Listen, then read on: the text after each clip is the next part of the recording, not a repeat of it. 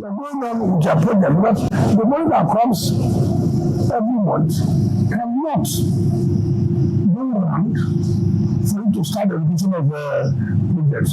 So you need much money, so to be paying back, which I argue now. But if the problem will not do that, we are being a mess.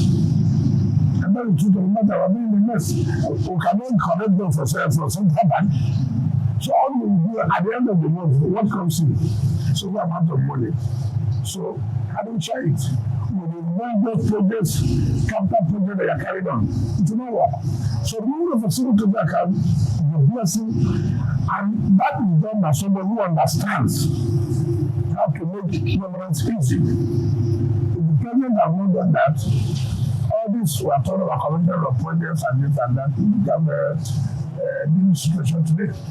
So it's really from the exit of from children to enable us to be on our own, to learn from and carry out projects. And that's what they're seeing to. But the question is, what mechanisms exist for accountability of the funds that you are now able to leverage your assets to use? Yes. First of all, projects are approved when it passes 10 billion naira to the Federal Revenue Council. Before that, the Nyesom procurement will tell you this is the amount that can be for this project. So it's not only with you still to approve a project. And then it is also approved in your budget. Right? Now, so what happens when the Federal Council approves a budget that when the threshold of the executive committee, then that you now sign an agreement with the company or the contractor that is supposed to be, and then you pay according to procurement of 30%. You understand me? You pay. Now, you now pay a milestone based on the certificate issued by the FCDA that this contractor has done 5%. Now, in that case, you have no problem. And two, you don't sit in the offices to say, oh, the FCDA has submitted the input from the social company. No, I don't do that. I will go to the site, I'll think for myself, and call the R2 years, come. You have recommended in the interest of number 1 that we should pay 10 billion naira. Can I see the work? To be paid 10 billion naira. And so every company and the officials of the SDA, they're on their toes. They know that it's not just going to submit paper. No, I will not do that. I will not do that. As far as capital projects are concerned, I must go by myself and see actually what has been done and what has not been done. I came back on Wednesday last week. That same day I came back. I went to Tanzania conference again. I called the Resbega. You told me you are 90% done. Can we go? They came. Behold, they are more than 90% done. I was happy. I went to Grishi, where CGC, then touching to Maitama and went to Jahi. 100%. So, in such a situation, not the 100%, what the quality of job has been done. You see, sometimes our people are being compromised. You see the resident engineer sign anything for you. I said, what I work for? I was today, I was at Osafa. And the resident engineer, without taking approval from us, has given approval to the contractor to make a way for that the military, they have been asking them that they show good social place for them to be passing. So I came down there and said, why is this place? This will cause a lot of traffic. They said, oh, the soldiers asked. I said, no. Who are you to take that decision without coming to us? I removed him. As a comment, the military shoot. From here to about 50 meters. We can't continue that way. I removed recently. And I told the contractor, he assured me that this work will be done. With what you have seen, are you sure you are going to complete this work before this? He told me yes. So that they work in the night. That's okay. On Sunday, being yesterday, I didn't tell him. I went back there on my own, and I was satisfied with what I saw. Indeed, he was going to complete the job. So these are the things you say, not merely approve it. You must show that, look, the money is being paid and the job is being carried out. And it's done in such a way that everybody can see. The contract wasn't approved by me. In fact, I can tell you most of these contracts were being awarded before we came. But it's our policy.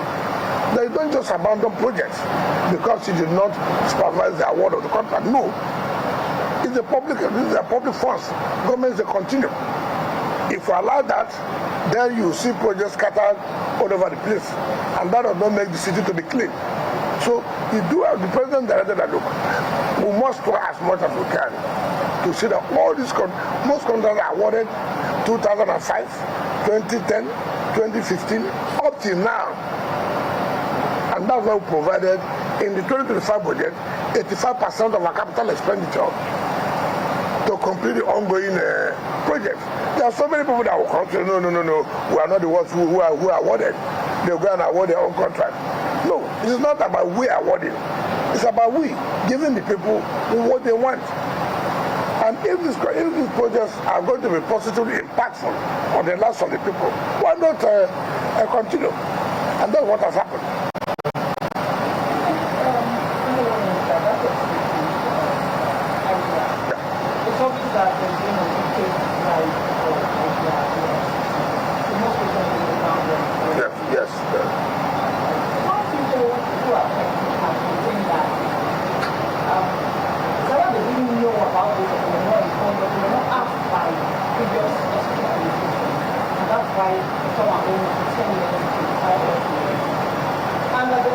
To 10 years, 25, 30 years. And they're wondering why they have to pay for the lapses or ineptitude of past administrations. And now, Honorable Minister, given the state of finances of some people now, they may not be able to offset a bill of over 30 years that has accrued over 30 years at once. So what are you doing to maybe installmental payments or giving people more time? Or what are you doing about this? See, it's really unfortunate in our country. No, I'm just coming. You paid for 2 years, for example. Your tenancy will expire tomorrow. You are coming to tell the landlord, because do not remind you, it's the duty of the landlord now to not remind you. You see, now you are shifting it to the landlord, but that's not the case here. You have a CFO, and the CFO says you will be paying annually for you to continue to keep that property. That annually is 100,000, 200,000, as the case may be. And you are not saying again, some people may not have the financial reason to keep the rate. We are talking about central business area. We are talking about Maitama. We are talking about Wuse 1, Wuse 2. We are talking about Asokoro. How many poor people live here? Tell me, how many poor people live here? Most of their needs, they own property overseas. But they remember that they must pay their taxes. If they don't pay their taxes, government will take over the property. Here in Nigeria, no, nothing will happen. Is this attitude of nothing will happen? Is this attitude of religion and ethnicity that has killed us and has kept us where we are? Take for example, today, if you read a nation, I saw the land department published non-payment of ground rent from more than 1 year to 10 years. I said, look, go and pay. In that Number 3092. Number 3092. You know whose name is there? Onabode Bianca George. Is number 3092. At that level. Senior citizen at that level. I traveled 3 days. I signed 1,500 CFOs. 3 days. I signed over 700 consent documents. Like, have you signed 1,500 CFO in 3 days? You come and collect the CFO. You think that I'm going to do business and collect money from the bank. Then you sit that they have not reminded you you are supposed to pay money. What kind of citizens are that? What do we always have to say that you're a debtor, you took loan from bank. You say, oh, the bank have not reminded me. The bank is going to do 2 things for you. Giving you money and also because you achieve a protocol of reminding you that this is what is going to be assignment, this is the job you're going to do. Look, and that's what I said. Look at the PDP secretariat. In 2005, Vincent Obulafo, as the national secretary then, wrote, when they bought that property, Erfa was the minister of FCT under Obasanjo's government. 2005. The memos are there. Erfa said no. The mere fact that we are government cannot stop you from paying tax. I said they should pay 26 million naira. I said they should pay 26 million naira for the assignment. They bought this property according to them for one senator who lives in Kaduna. We were in government. PDP was in government in 2005. So, Erfa said no, pay the money. I will talk to Mr. President then. In 2005, Erfa was the minister. Nothing happened, yes. In 2010, PDP was in government. Baba Mohammed was the minister. To 2015, 5 years. 5 years. Nobody. Who said, look, what can we do here? Let's ratify this. Up to now, that consent has not been given. Up to now, we're not even talking about the government. From 2005 to 2025, 20 good years. 20 good years. And all here, politics. Listen, I'm here. I'm looking for money. You want government to do this road. You want government to do the satellite house. You want government to provide this. It will be from my blood.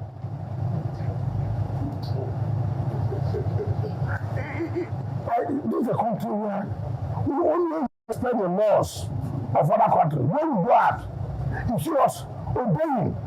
Even without you telling you will obey. But when you come here, no. What happened recently showed me that, look, there are people who do not want this country to progress. There are people, and when I saw them who are behind, I just laughed.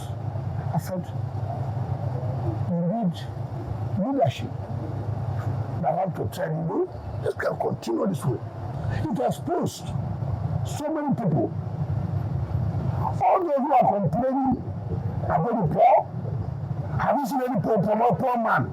He owns the house in Machama, he owns the house in Usetu, he owns the house in Asokora, he owns the business in the central business area. How much are they supposed to pay? Nobody pays up to 400,000 naira as gradually a year. And then you come and tell me, we will not remind you. You are still your house boys.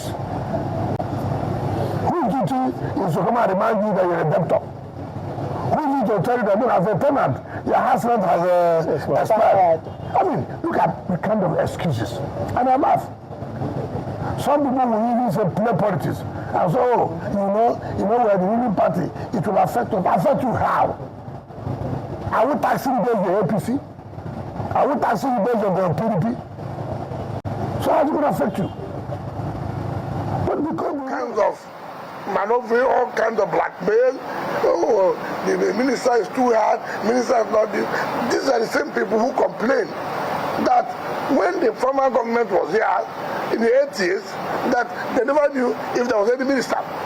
Now the same people now, I say, oh, he's too hard, he's this. The same people wanted to give them, yeah, you did this also, I'm leaving social place. Can you help me to let that be road? With which money? Yeah, but two wrongs don't make a right. No, how? I'm doing the right thing. It's the process of recovery. Yes. Or your administrative processes. Yes. Either collect the ground rent or revocation. The argument largely that I've heard is that you don't follow due process. What is due process? Require a court order. That's not correct. I don't require a court order. It's not correct. First of all, we're giving you notice. Okay. Remember, in March, we published. In March, we will publish about these people who are owing. In March, April, May, June. Now,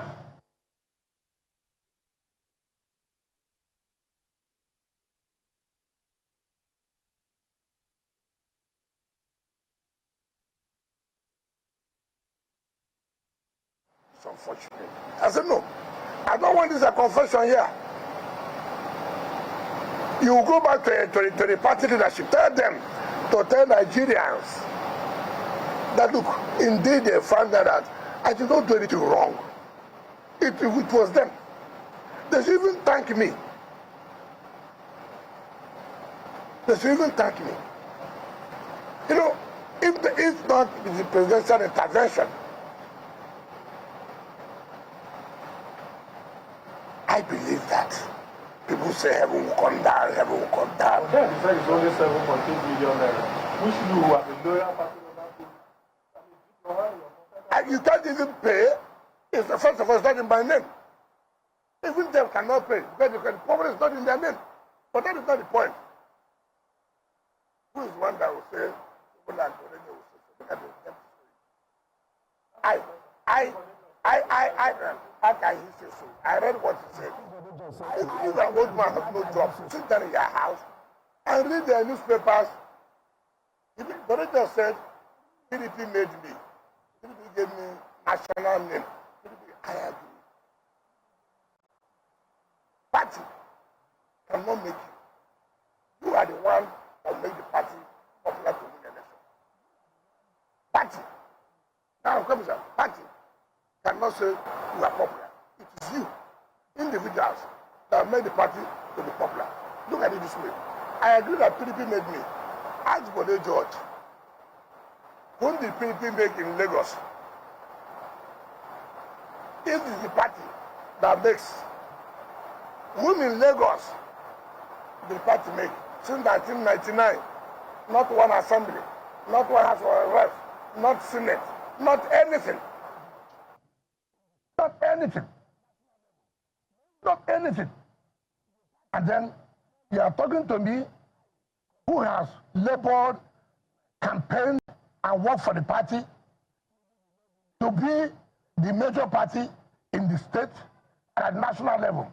Meanwhile, in your own state, the party has never won the evidence, crying, complaining, every day from 1999, complaining, crying, Tinubu did this, Tinubu did not do this, they reached the election, every day. Even when we were in power, we knew what we did to make sure that people take over in Lagos. It didn't work. Even when Jonathan came, we know what we did. It didn't work. Excellency, thank you very much. I want to ask two questions. How different is Wike's administration in FCT from your predecessors? And secondly, are you still in the PDP? Fine. It will be very wrong for me to assess myself It is you. No, what are you doing differently from your predecessors? Look at what we are doing differently now. You have said, what about you, not you as a person, the people have said FCT was not working. And now this is working. Which means, first of all, I'm doing things that they refuse to do. One, I have found out that most of them didn't have the courage to annoy people, to step on toes. I have a lot of interest. I take joy when I step on the toes of big men. Those who say that nothing will happen, I take joy. I say something will happen. It will happen. It makes me happy. All you want me is to take decision against the poor people. But you, the rich man, nothing will happen. Something will happen. And that's why we're getting results. And that's why if you don't do the right thing, too bad. Too bad. I don't care. The only person I owe that is to say, look, Mr. President, this is what I'm doing. I'm not doing it because I'm from social place. I'm not doing it because I'm from social religion. I'm doing it that I have to support the government. I have to make a difference. People will travel outside every time. And you see you staying in a cozy environment. Oh, this lawn was done very well. Oh, look at trees. Oh, look at it. Who did them? I don't know human beings. I don't know human beings. Why do you think that anything, so it's a magic that you cannot replicate simply because we don't want to be disciplined? Simply because we believe that he's my brother. Simply because he's my sister. Or simply because we worship in the same church. We worship in the same mosque. These are the only things that anybody will give as an excuse. We don't want to do the right thing. I mean, where would we go to? Where? So, this is what we do. Now, what is that man? Which party am I? I'm in PDP. Now you see, when people don't want to learn, you see, impurity will kill you. Like you said here, some people said, when you were a governor, you are doing this. Now other people are governor. You see, that's one thing people don't learn. When I was governor, for example,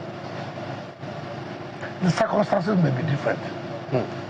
That you were lucky that you could get away with impunity does not mean that now you'll be lucky to get away with impunity. I tell you, see, that's what people say when they say what I'm doing now. Yesterday, nobody enforced the ground rent.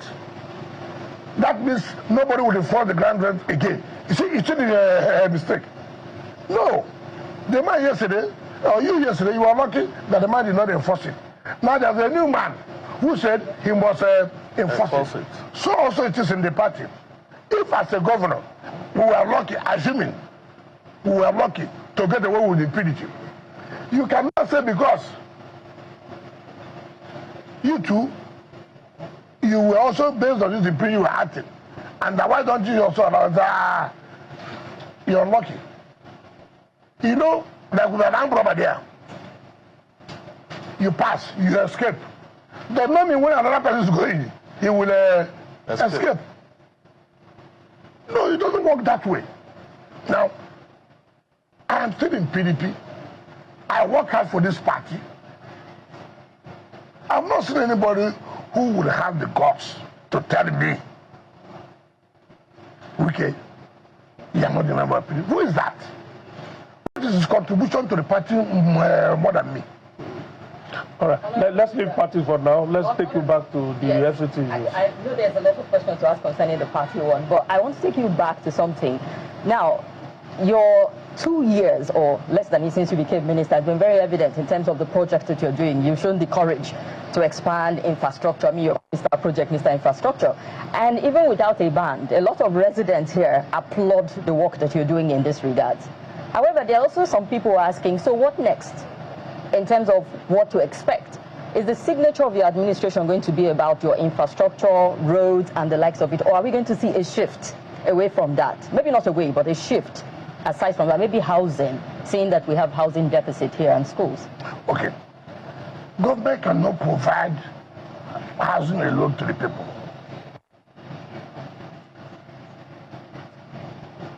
key thing first. What drives investors to come? I want to build a mass housing estate, for example. There are no roads. How would I achieve it? I want to build a world-class medical center as an investor, but there's no road. How do I build? I want to invest in education, the best of schools in the world. There's no road. I want to do farming. How do I go to the place and do the farming? No road. Every government first must provide road infrastructure, network of roads. On Saturday, I was in Kwale. I went to Gwagwanada, Kwale, and Buhari, Ushafa. When I went to Kwale, from the junction to going to Abaji, they call A2 to Pi. Supposed to agree on that. A2. And it's one of the projects we're going to commission. Then from Pi, this A2 to Pi is 15 kilometers. Now from Pi to Gomani is 15 kilometers. But I remember that when I got to flagging off of Pi to Gomani, so from this A2 to Pi, the road is bad. How do you award the job from Pi to Gomani without awarding A2 to Pi? How do you go to Gomani? You have to pass through Pi. I called the satellite time coordinator. I said, what kind of thing? Of course, English language, grammar. I said, no, this will not happen. Immediately, on the emergency, we awarded the A2 to Pi. A2 to Pi have completed. My brother, you do us a favor sometimes. Used to take interest. I'm going to go and visit these places. Now, when I got to that Pi, where the road has ended, then the contractor did from Pi to Gomani. So the contractor told me he had also sold them. I said, no, we must go there now. Let's go there. We entered the vehicle. Why would this country talk about food security? Why?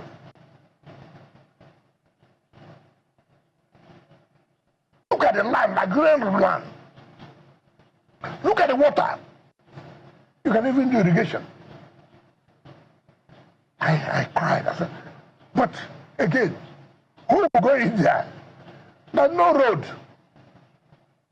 Now the road has been provided. Now people will be attracted to move in.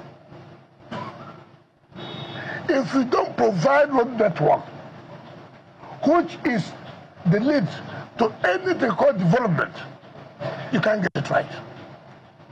So for us, how is to create the enabling environment. The enabling environment is tackling security if there are, provide the road network. You see that investors will come. I can tell you in the next few months, I'm sure the whole of that land, the funded is that people to go and do farming. They'll go and take it and do land speculation. So, doesn't that put a responsibility on government again? No, that there's more for you to do in that. That's what we're saying. Empower people to make use of the potentials of that place for agriculture. That's what we're saying. The agriculture they were talking about is not a subsistence agriculture that will make a country to be great. It is not an agriculture from here to here. No, that is from hand to mouth. If you want to talk about agriculture that sustain a country, so this is a mechanized agriculture. And that requires a lot of funding. But sir, are we seeing the deliberate effort to get these investors in this sector that you just mentioned? Of course, that's what we're saying.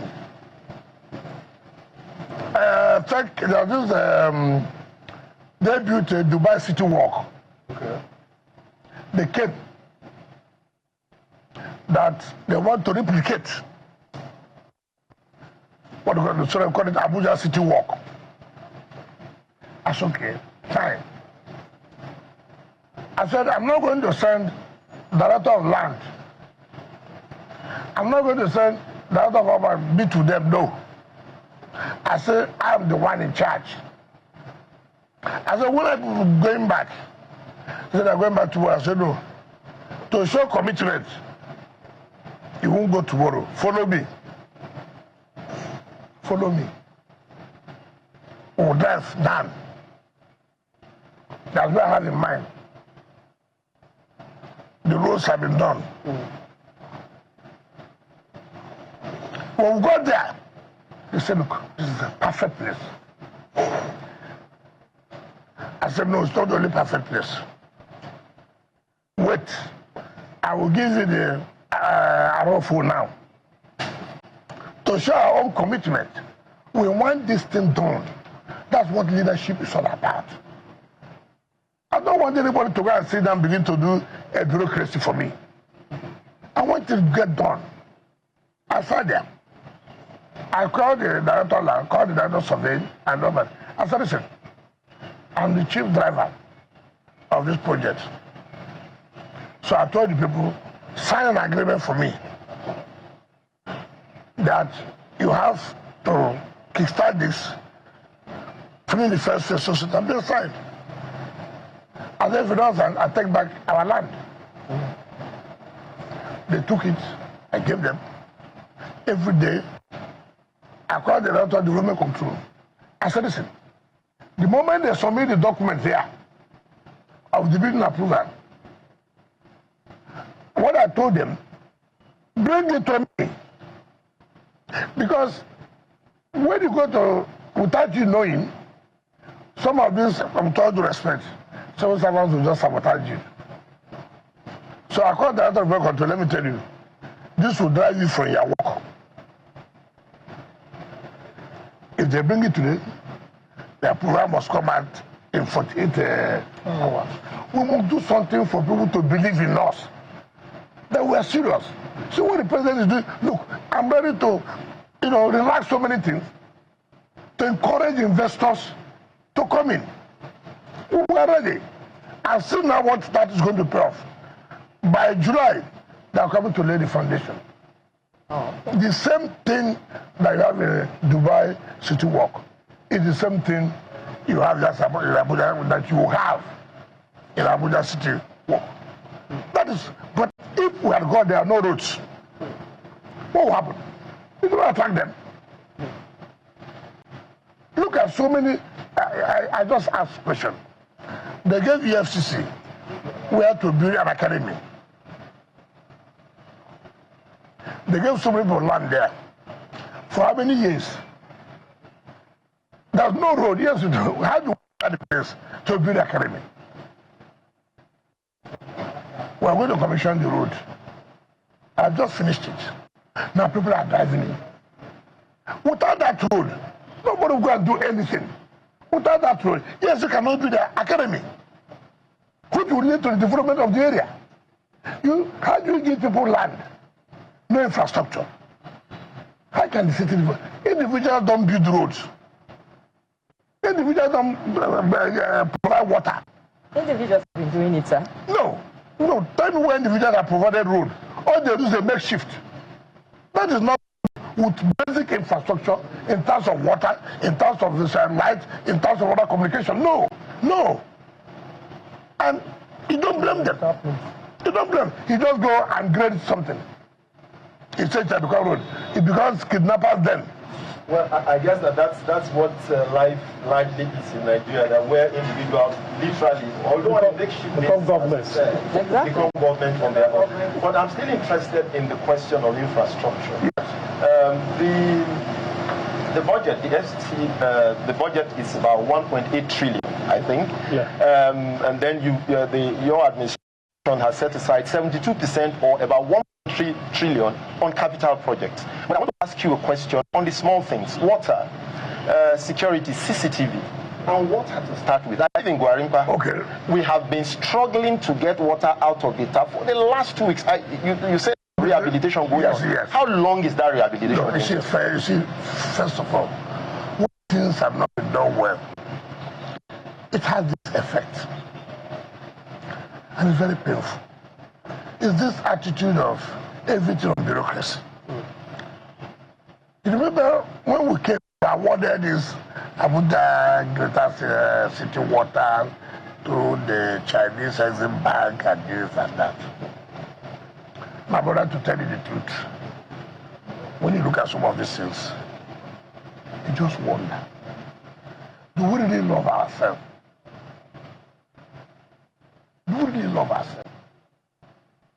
How can you, a country, will spend millions of dollars through loan? In 10 years, you've not seen the reality. Now, by the grace of God, as this administration came, the president said, look, we have been hearing about this Abuja, what is happening? I briefed him. It's okay. You have to do something. And by the grace of God, we are going to commission the first phase of the water done by CGC. Right? Now, in that same vein, we're talking about water. When President traveled to China last year, which I was a party to that, we signed a memorandum of understanding with the Chinese government, CGC, to supply water, to provide water for some of the satellite towns like Karu, Buhari, Kubwa, all those areas. And I said, look, it is easy to provide, to put in the budget. But again, the fund made up it there. You see the whole thing. Now, luckily, President's magnanimity provided 50 billion in that. We, in our statutory budget, we also provide 50 billion. And it's one project that, if we're going to achieve it before the end of the tenure of Mr. President's first tenure, that project will not achieve it. But again, it requires funding. And that funding is pay your taxes. Pay your taxes. One thing I tell people, if you are paying your taxes, you are not seeing anything being done with it, you have the right to complain. I have told everybody, ask me, Mr. Wike, we have been paying our taxes. No road, no this. Ask me. Ask me, I tell anybody. In terms of water, we are going to. I'm out. That's why I'm bent on this issue of taxes. There's nothing Abuja can do. We are not in oil state, oil city. We are not. I've told you what to get for the federal government. 1% of what the federal government gets.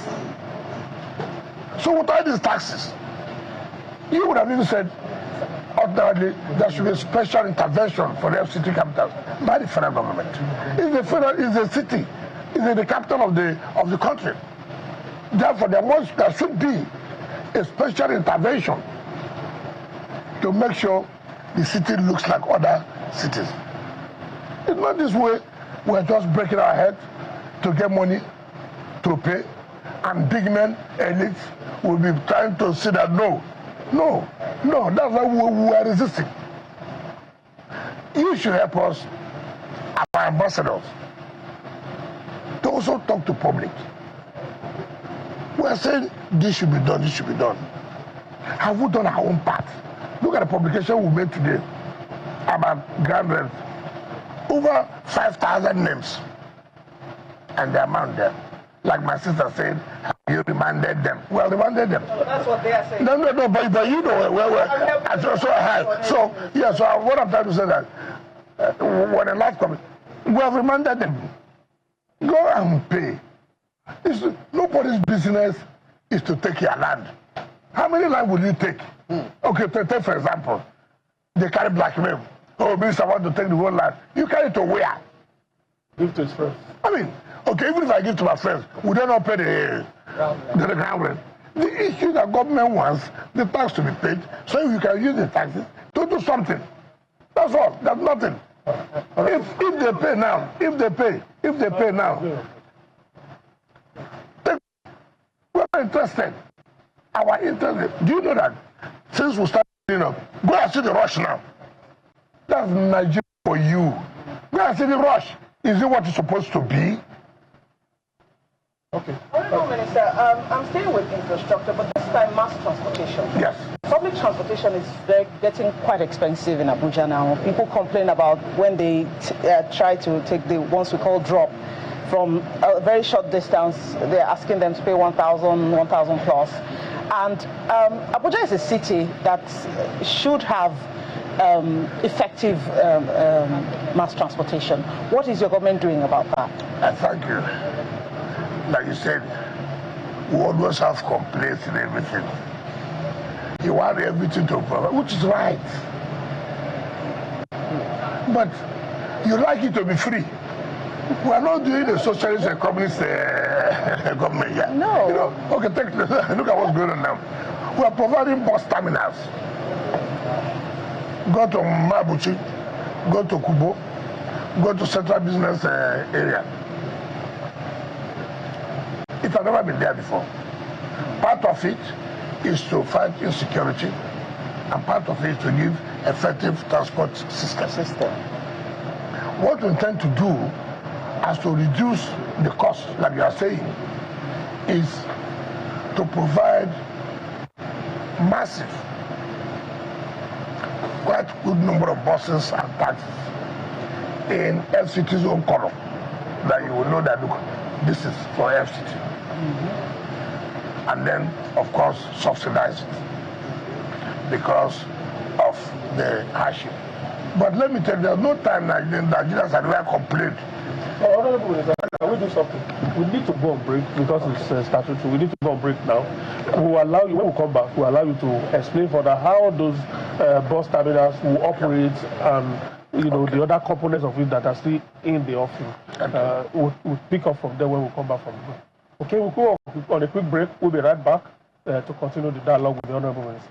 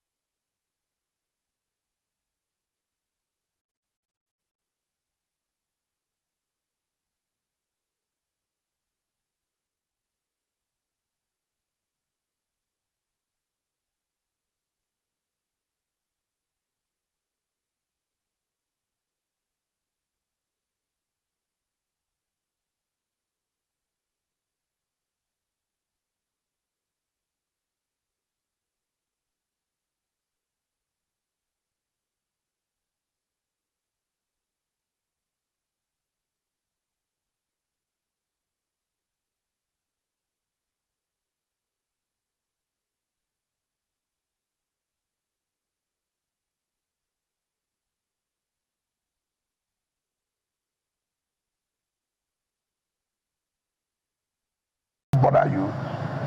You must be focused and go ahead and do what you're supposed to do.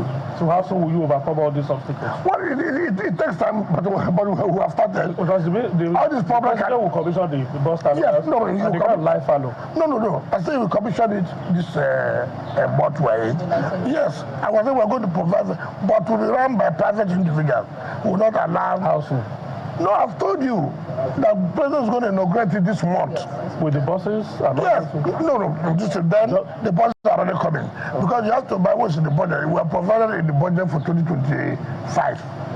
Right? We couldn't have provided then when the terminals are not ready. It doesn't make sense. And it will not be run by Transport Secretary. No. We will not agree. That means everything will collapse. But we supervised. but we supervise. But we'll hand it over to private individuals to run. Okay. It's all about it. Your Excellency, before these projects we have commissioned and other programs, how faithfully are we implementing the Abuja Master Plan? Is it still, as people talk about it? It's still part of the fight we are fighting. People go and distorted the master plan. And you go and say, look, this is not what's supposed. Oh, the former minister gave it to me. Why are you coming there? Because I'm not a Christian like you.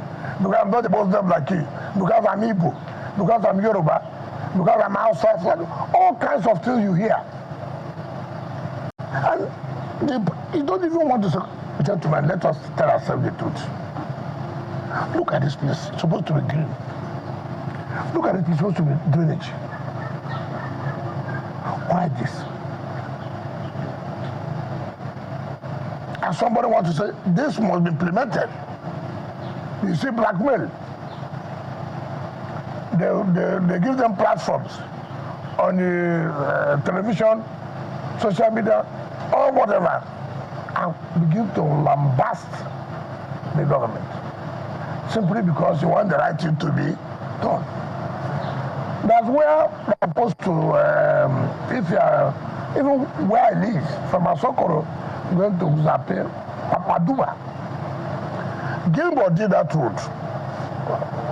The road is supposed to have double carriage going straight to meet up on another road in Uzape there. The community blocked it. And the whole of that Papaduma had been compensated more than 20 years ago. Nobody to take them out after compensation. So, I now called the company. I called the acting director, the secretary of the director. Why did this road stop here? Look, it's a dual carriage.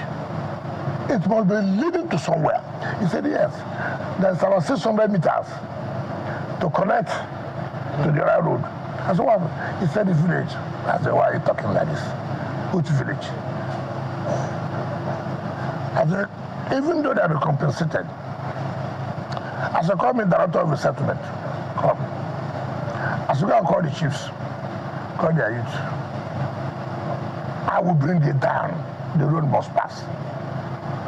I will bring it down. The road must pass. If you like, you see, I don't understand why we don't want to accept the reality of ground. They have been paid compensation for long. No problem. I'm ready to pay another compensation. But this road must go through. It's not for me. It's the master plan of Abuja. I did not design it. I did not design it. But you have poor leadership who will not take decision. And that's why I tell people, one thing you must know. Today, a leader should be able to take decision whether it's wrong or right. So many people have been president of Nigeria. So many people have identified that, oh, oil subsidy, fuel subsidy is a scam. Everybody has said so. But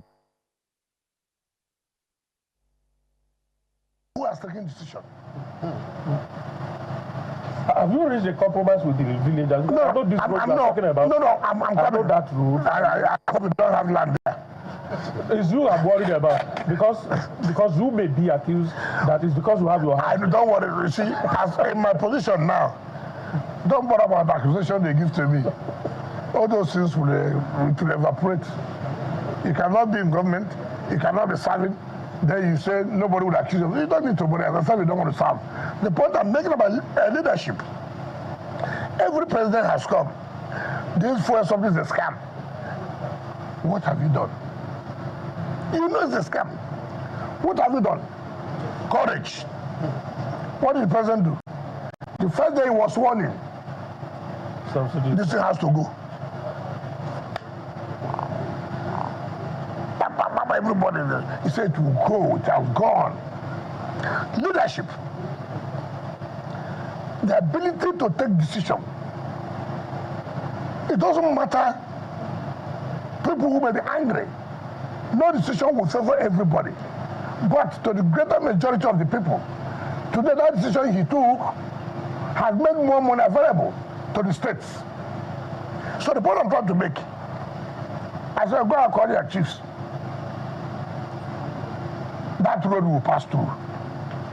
If you like, come from here till night, it will go through. It happened in this place where we don't want the commission in Grishi. That's one of the things that led me to remove the ES. You awarded a contract. So I went there. And the way of this road linked to. You cannot do a road that does not link to anywhere. Do you do a road to link just to my house? No. I said, let's go there. We went there. So why is this? He said, oh, this community people, they are making trouble. And then you allow us to award this project. Get out. Get out. How do you want government to operate that way? No, government will not operate that way. So I sent the new man, go and tell those people that this road will pass through. I called the chiefs. I called all the administrators.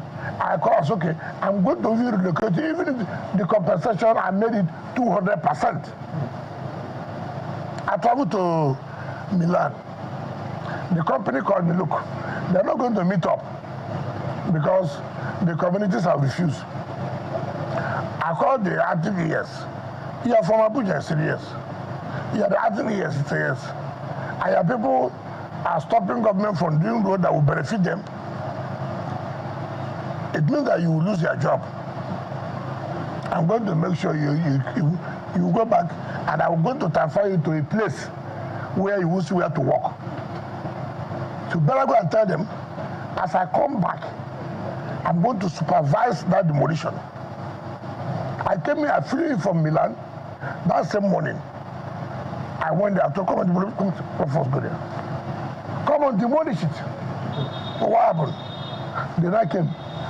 Oh, sorry, sir. Give us some time to park. I said, no more time. I've given all the time required. People started writing, why no human face, no this. I said, what is human face here? Today, I was about to commission that project. Go and see the jubilation. So I would have, stayed clear because they threatened this will happen. Leadership doesn't work that way. And today, it's not beneficial to them. Those who are living there now, go and see that place now. You can't even buy a social amount of money. That's what you must take decision. Honorable Minister, sorry to interject, but I think before we just shift gear into something else, to bring this one up, and it's a follow-up, a rider to a media chat you had some time back, talking about the primary school teachers in the FCT.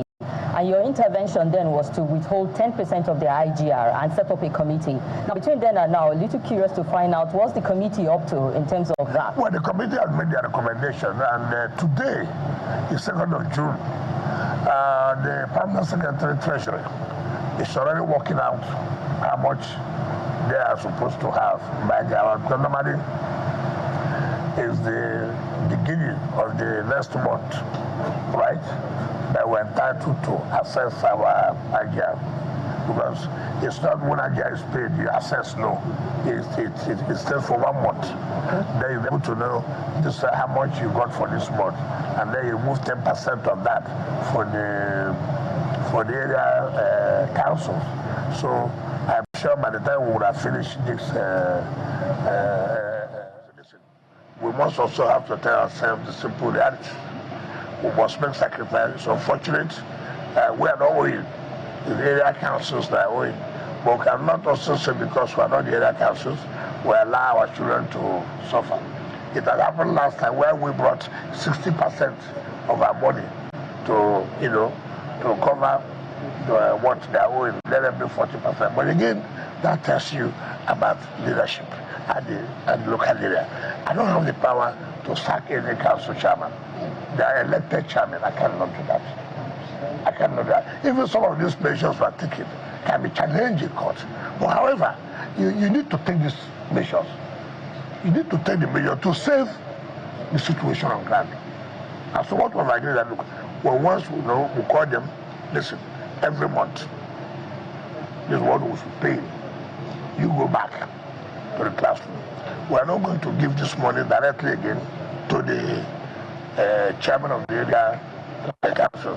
The committee, which will be headed by the treasurer, is to pay this money to the teachers, so we can have a reprieve. But people can challenge you. Under what law do you have that power? You see, when you follow this law, so many things will go wrong.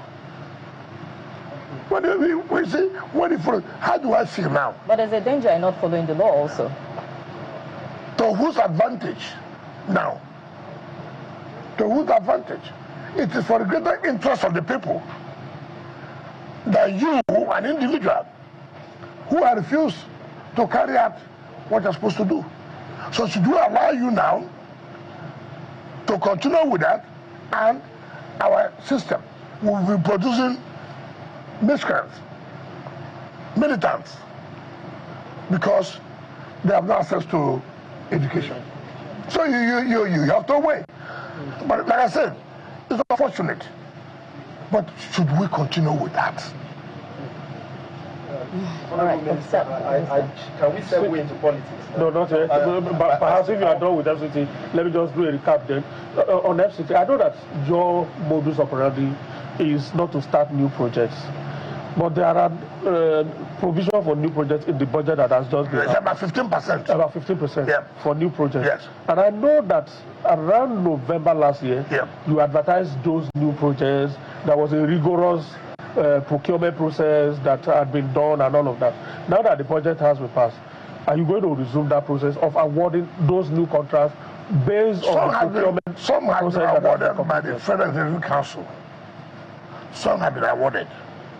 But we will not start it because our own budget has been passed. Some are in the national budget, which have been passed.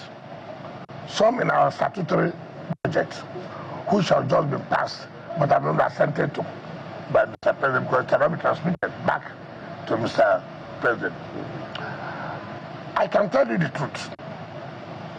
We made an estimate that this is what we are going to get from our IGL. And based on that estimate, we said we are going to carry out this project. General, that's why you see us being aggressive on this issue of payment of ground rent. If that is not achieved, obviously, it will be like abandoned projects. And that's what we don't want to have. I don't want projects awarded for the sake of being awarded. No. I want it's awarded, it has to be implemented. Like I said here, we have set up in our mind, look, the president will be 3 years, May 29 next year. What do we have to let the people know, see what the president has been able to achieve? You must have a target. You must have, look, these are things I'm going to do from now to social point. But our handicap, our challenge is this issue of payment of taxes, which I say, I will do everything within our powers to see that we achieve it. It doesn't matter the blackmail. It doesn't matter the blackmail. I won't care about it, because you want good soup, you put good money. You want good road, money must be there. You want bridges, money must be there. Nobody will accept you to give him a job, and the job will not, that you won't pay, you don't have money to pay. It doesn't make sense. That's why you have people abandoning project left, right, and center. So the new projects will be based within the 15% that is available in the 2025 budget. 15% is the new project, not that the 15% of the fund that is given to them. No, that's not what you said is actually what I meant. Yes, which is that the new projects will be based on the 15% that is available in the budget. Yes, except as the emergency project. Take for example, there could be emergency project like I can go up now to a satellite town or somewhere, and I can say, hey, no, if you don't do this now, this people will not survive in this rainy season. It becomes emergency. You might have to do it, because see, you can't go everywhere. You can't. Something can take you out, and you see, I know that this must be, solved now, and then that one it becomes under emergency procurement. All right. Is it on the FCT? It's on FCT, yes. The issue of FCT indigents has been a recurring issue in this place for many, many years. Do we have a policy that will take charge or take care of that problem in a permanent basis? I'm being careful. This is a federal capital territory. In order not to digitalize the federal capital territory. However, it is under this administration of Ahmed Bola Tinubu that indigenous of this place have been recognized. It has never happened. All the mandate secretaries you used to have are not, proper speaking, what you may say, Abuja indigenous, but they are residents. But today, the indigenous can beat their chest to say, under the administration of Tinubu, they have mandate secretaries. 2 out of 6. Yeah, mandate secretary of the council, mandate secretary of agriculture. Today, for the first time, under the Tinubu's administration, apart from the last set of service for FCT, the person as a woman who's also from FCT. I know how happy they are. Today, under the administration of Ahmed Bola Tinubu, who has given hope to the civil servant of FCT by creating and allowing them to be permanent secretaries. Before they retire as directors and go. They post permanent secretary from other ministries to head the FCT. It was under this administration that stopped. And we have permanent secretaries now. At least not less than 2 are indigenous.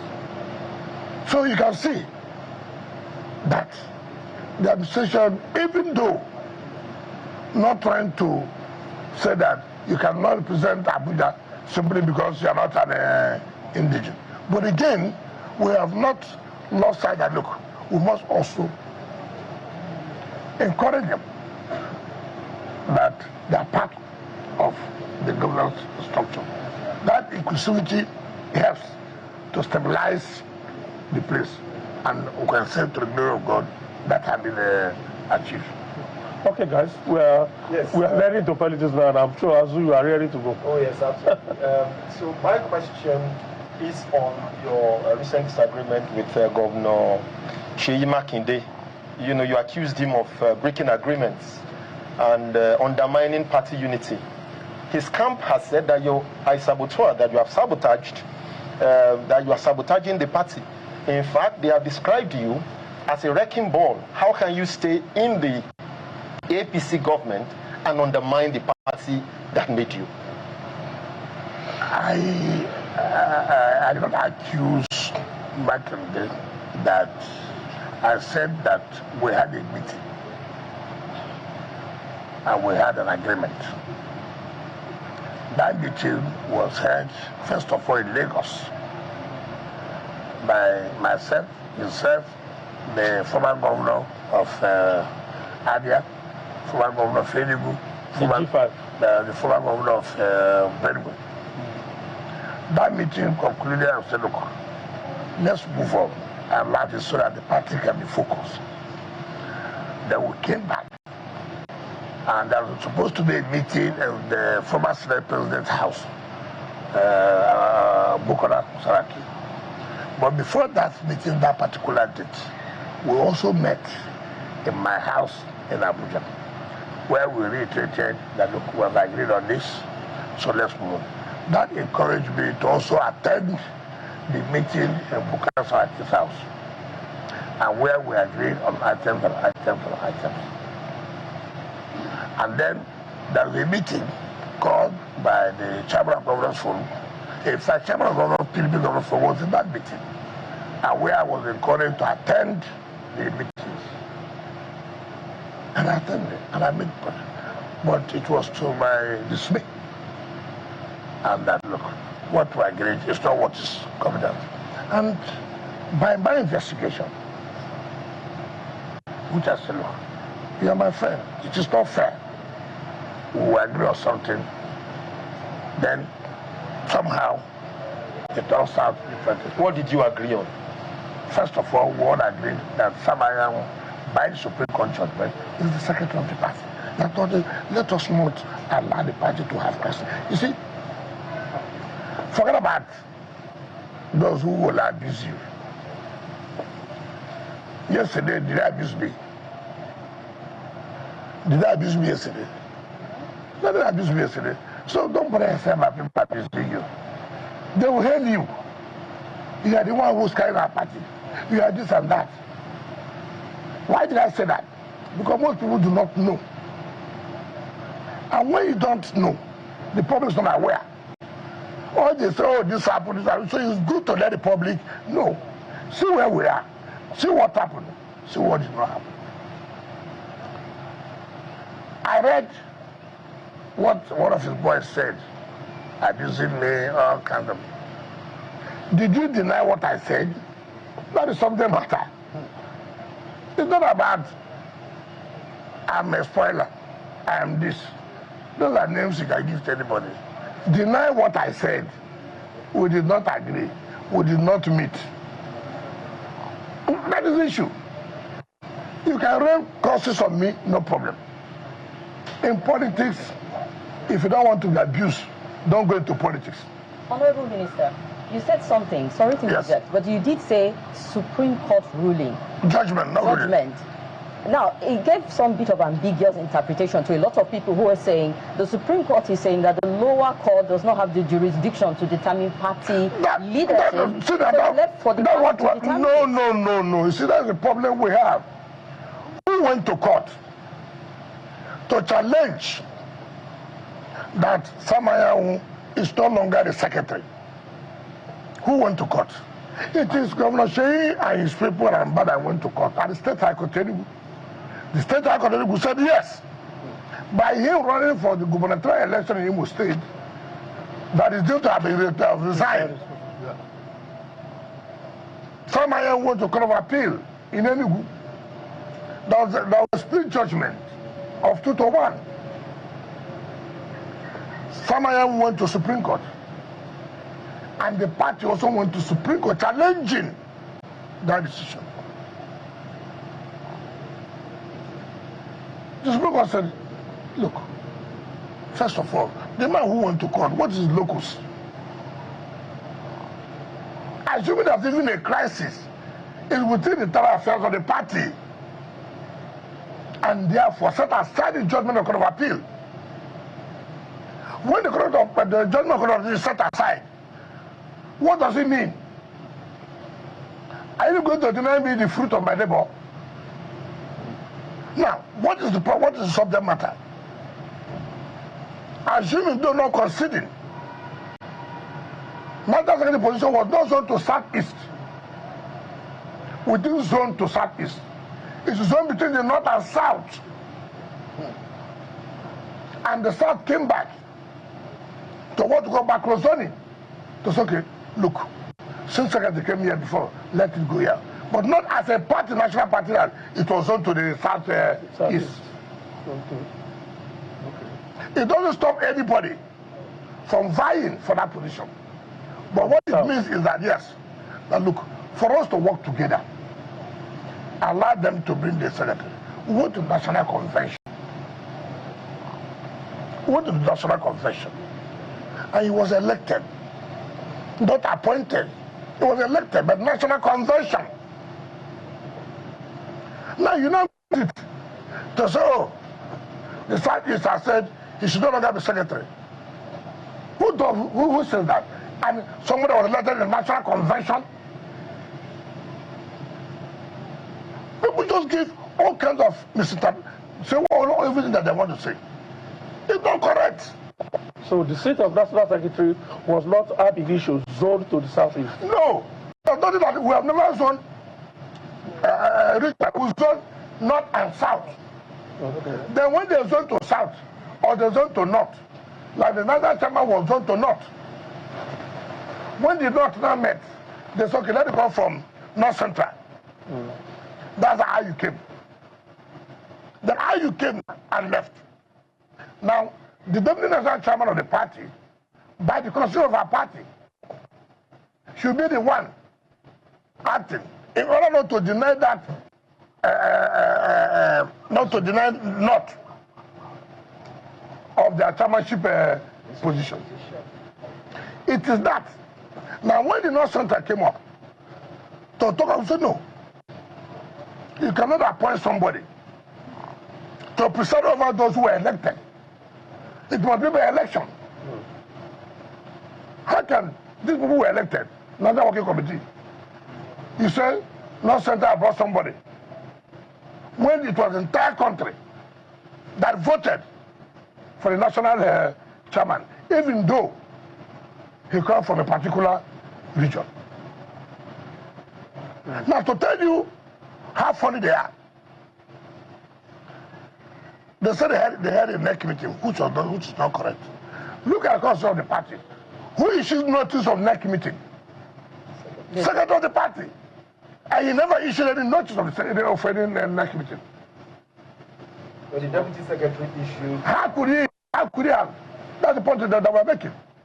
How could he have? Under the law, the secretary is available. The secretary has not died as they want him to die. The secretary is not sick. Do you know the secretary said there's nothing like neck meeting? A committee has been set up, headed by Buka Saraki, to reconcile people. And they have said, look, they are not ready. Now, let me get you so you understand the whole scenario. How people shoot themselves. They set up a committee to go to INEC to verify, indeed, whom does INEC recognize as National Secretary. INEC told them plainly, in fact, who led that committee that went on it was the governor of Enugu State. The governor of Enugu State, Peter Mbak, he was one who went to INEC, and INEC told him point blank, we cannot recognize anybody other than Sam Ayamu. 2, who signed the correspondence to INEC about the PDP's candidate for the 2025 election? It was the national chairman and national secretary, that's Sam Ayamu. How could he have signed something yesterday which INEC had recognized? Tomorrow you got a whole meeting that no, he's not the national secretary. Now you see the dilemma. Why most people are running away from PDP. And if it were you, I want to run an election. I want to run an election. And the law says, our party constitution says, look, it must be signed by the national chairman and national secretary to INEC. The two must sign, not one person alone. And INEC cannot accept any correspondence from the national chairman alone. The two must sign. Now, as somebody who wants to run an election, I have a fear. Take, for example, we have the area council election in Abuja, February. The primaries will be this June, right? And 10 days of the May. Who will sign forwarding the names of the candidates to INEC?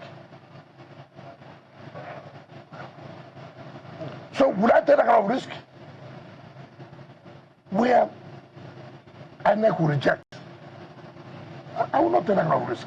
Now, what I don't understand is that, I mean, up to 2023, you were a full-fledged member of the, well, you remained firmly in the PDP and fought all your battles within the PDP. Yes. Now, here we are in 2025. Yes. You are in, well, you are still a member of the PDP, yes, but serving in the APC. Why don't you stay in PDP and fight the battle and take take ownership like you did in the past? What am I doing now? Oh, you are serving the APC government more than now. You are serving your party. You are making a mistake. In 2023, did I not tell you I will not support your presidential candidate? Yes, you did. Didn't I say so? I said on principle of equity and justice and fairness, the presidency should go to the South. If it does not go to the South, you cannot have national chairman at the same time. You therefore take one and give us one. impunity because they were having a romance with the present government then, believing that Atiku will win. They said to her, I said I was not going to support. So why did I not leave the party and join APC? Of all of us that time, as PDP governors today, as the so-called leaders today, who produced House Assembly, 100%. Who produced National Assembly, 100%. Who produced governor? Who? Ask them in their various states. How many senators do you have? How many assemblies do you have? Do you have a governor? No. Take for example, Olabode George supported Labour Party. I said I would not support. There's no likelihood that he has a chance to win an election. I'm a politician for Christ's sake. I read it. I know it. You can't tell me, oh, because I said no, I won't do that.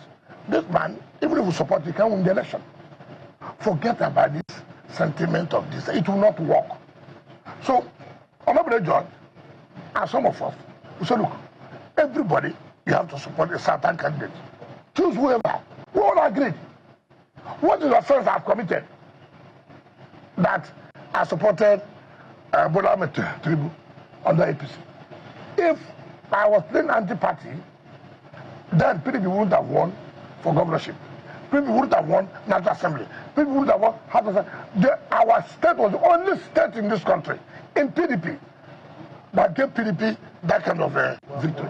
Now, you are talking about me. I never collected ministerial position without writing to the party. Okay. I wrote to the zonal. I wrote to the governor. I wrote to the national party. I challenged any of them. Whether they have said, no, don't take this position. In any case, how would they say so? When the government wrote to the governors and the rest to nominate people for appointment of board, all the governors wrote. Nominated names. I can show you the names. So if you, in PDP, can write to APC government, submitting names, so what is wrong in me, a PDP member, also working? What kind of a life is that? You go and lobby the president to give social appointment.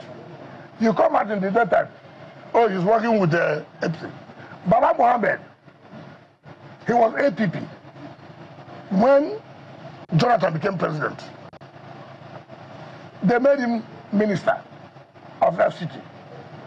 Did anybody know that?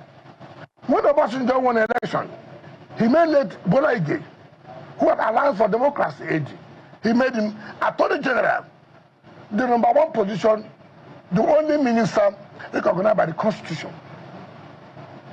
So, not the PDP gave the appointment. 2010 to 2015, they gave some of the APP, who now changed the PDP. Nothing happened. Nobody shot anybody gun. Now, something I worked for, I did not hide it. I said, I will not support this impunity. I'm going to support this. If I've done it secretly, then you have said, oh, you are doing.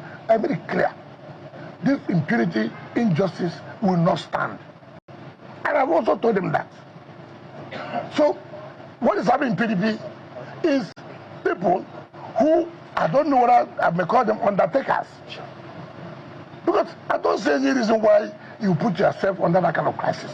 Honorable Minister, I'm taking you to River State politics now. Yes. And I'm going to ask you a point-blank question. Yes. This crisis, if I may call it that, between you and Sim Fubara, is there going to be an end to it? I don't know what you mean by crisis between me and That's Sim why I Fubara. said, let me put it that way. I don't have any crisis with him. So whatever is going on now in River State, is there going to be a resolution soon? I don't understand. Okay, let me put You do understand. Yes, Is the atmosphere right now to lift the state of emergency? I'm not the president who declares state of emergency. Yeah, but it's your state. Do you think there's enough peace now? If Mr. President had called me that time, I wouldn't have agreed for state of emergency. So he knows. He knows when to lift. He has everything on his table. I don't know. But politically, is it right? Is this? I have never supported. So the issue of because it's right or not, it was not right. But what I said was that his declaration of emergency was to save the governor, because the governor was almost impeached. Yeah. That was not our own hope. Yeah. We wanted after the people who accepted to serve. Yeah. But president is wisdom. And that's why I said, the governor said it, that his people should not be talking too much. That the president saved him. I did not say it. He said it. Now the point I'm making, when you say crisis, I have told you severally, I don't have crisis. But rather, the governor, unknown to me, gave himself to be the tool for those who couldn't fight me,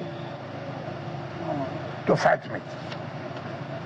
You see, when people talk about resolution, sometimes when I go back, in my quiet moment, I play the video of the speeches of the governor.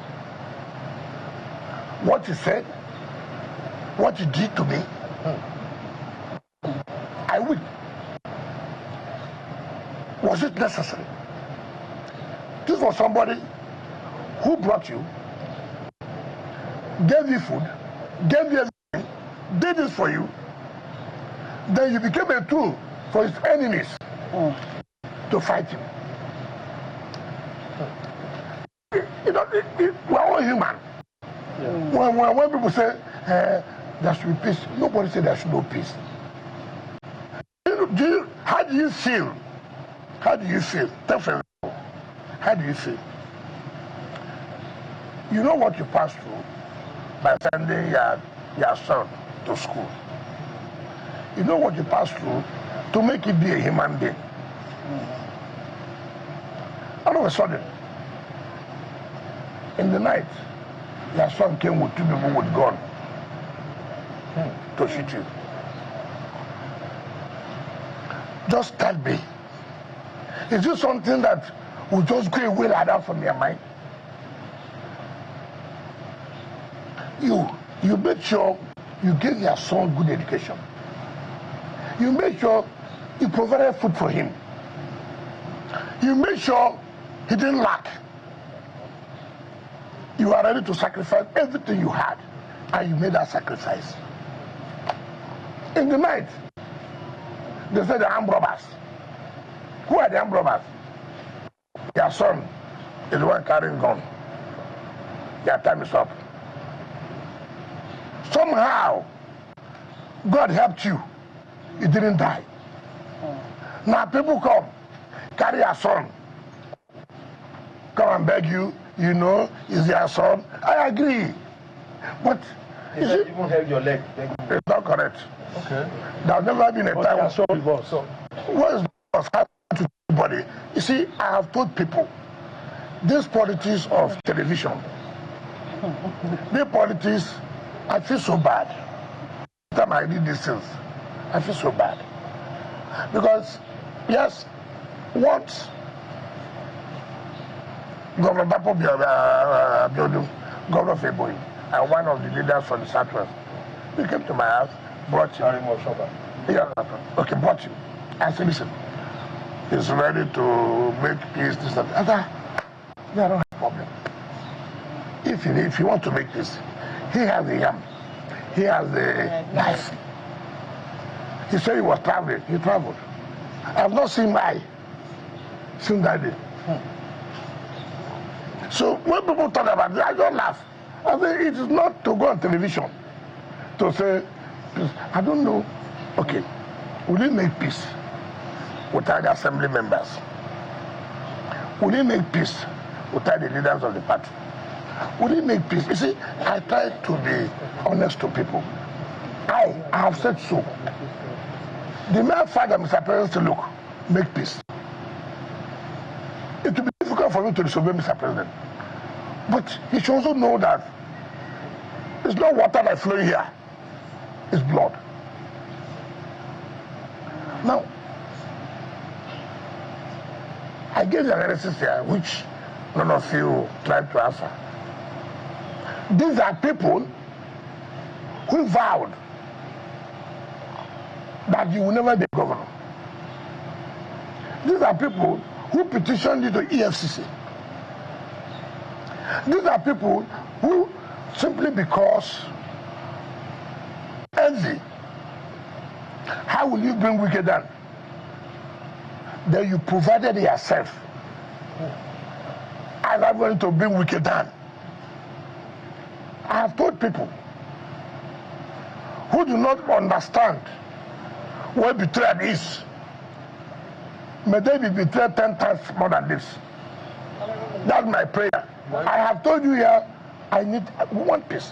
But you must show that the peace you want to is for your mind, is genuine. You are taking steps. It's not every day you're on television, you're on radio, peace is ongoing. Is it ongoing on air? How is it flying? Nobody has said that. Nobody has, you just hear, oh, it's ongoing. Oh, I was studying with my guy. Oh, I was studying with my former guy. As I speak to you, I've never seen him. So I don't know what is happening.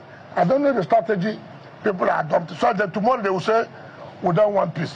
Nobody. I've called assembly. Your Excellency, please, I'm sorry. Your Excellency, you are operating on two theaters, the national level, and you didn't attend the last NEC meeting of the PDP. There was no NEC meeting. Legally. No, I don't know about it, so I should attend illegal. So, then, secondly, you are operating also in rivers.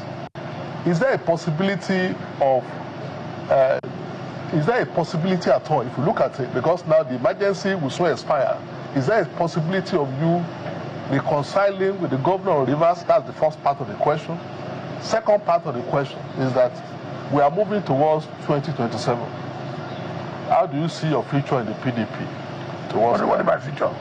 You are in the PDP. Was I not in PDP before? No. Am I not in PDP? What is my future? Listen, I've told you this thing.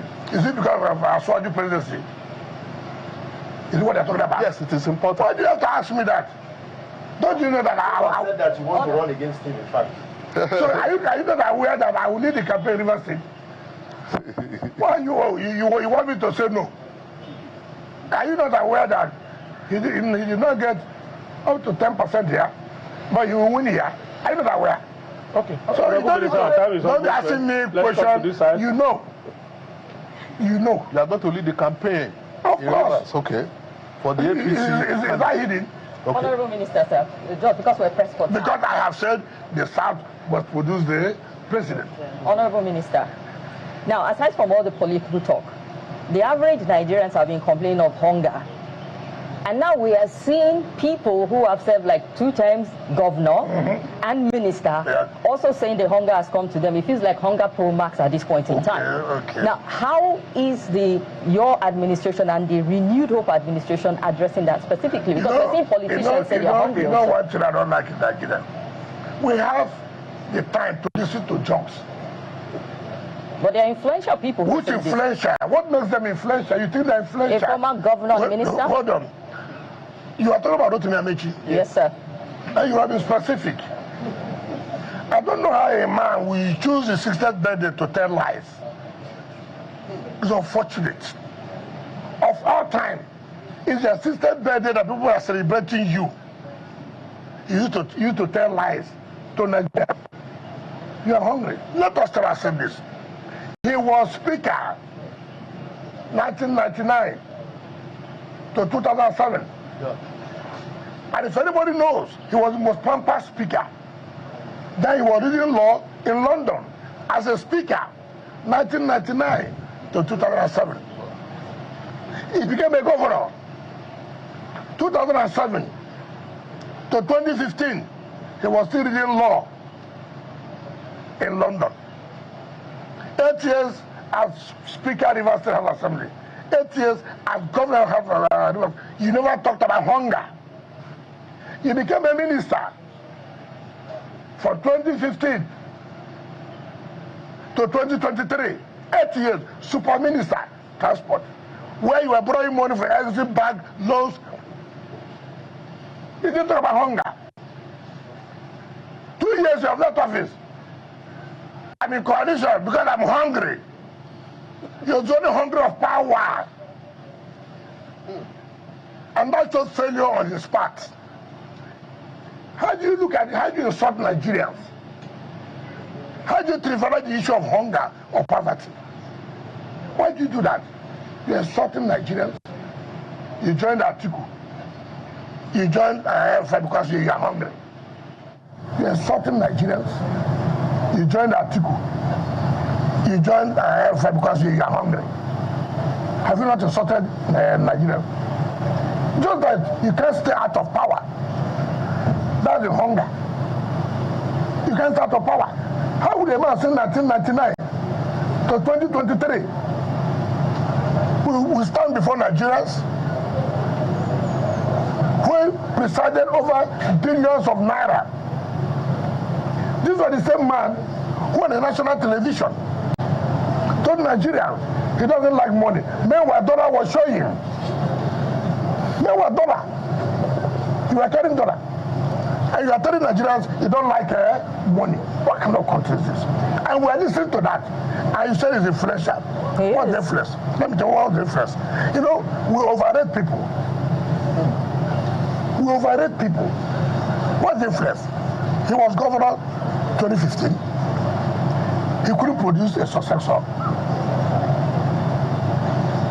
He couldn't give his candidate, Muhammad Buhari, come up to 5%. He was a sitting minister in 2019. No president had ever moved with soldiers the way he came with soldiers. He said he produced a governor. He couldn't produce a candidate. Again, his candidate Buhari didn't make 25%. He was the DJ of campaign. Wow. Again, in 2023, he came. Okay, this time around, I'm going to support Atiku. In PDP, thank God, we did not support PDP. If I supported PDP and they won, he would have taken the glory. We said, okay, we will not support PDP. They failed.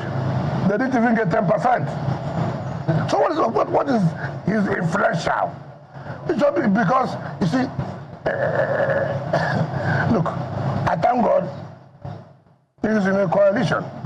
I want that coalition. I've told Nigeria, look, I don't like this talking. Let this coalition, let them form as a team. Let them start from home to start moving the president to. What is that you remove? You start from your home to remove him by making sure president loses the election.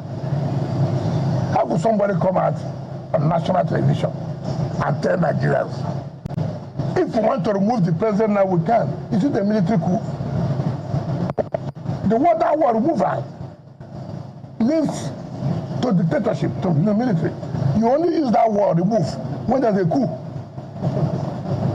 And I thought I may well say, we'll vote him out. But whichever way.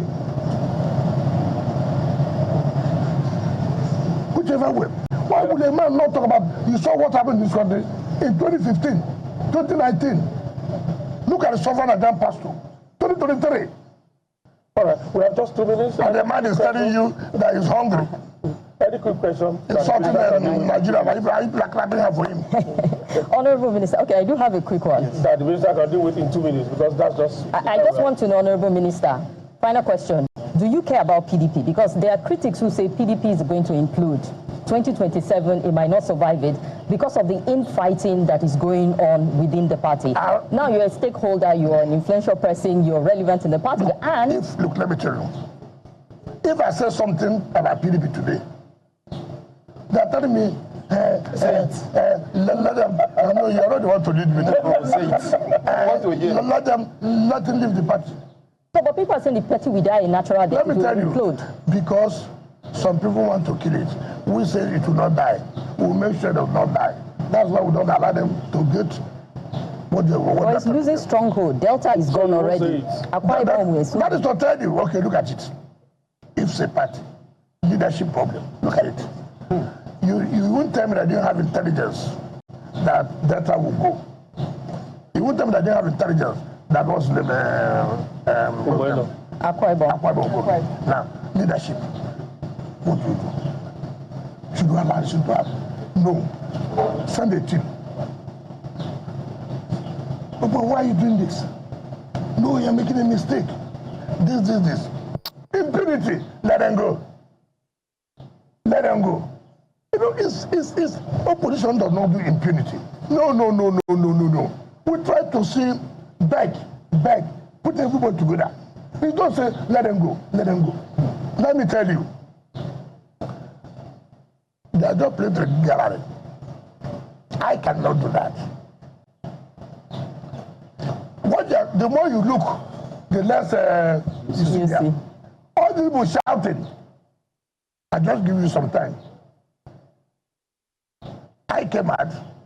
You have seen me here. I said I will support that. So I didn't say that. I didn't support these people.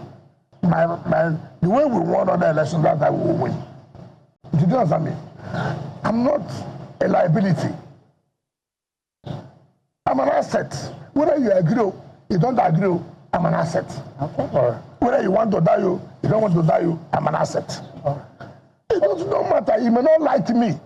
If your likeness has nothing to make me not to be, I'm an asset. You have said what you want to say about people. At the appropriate time. We just have to go down. We know national assets, yes. Minister.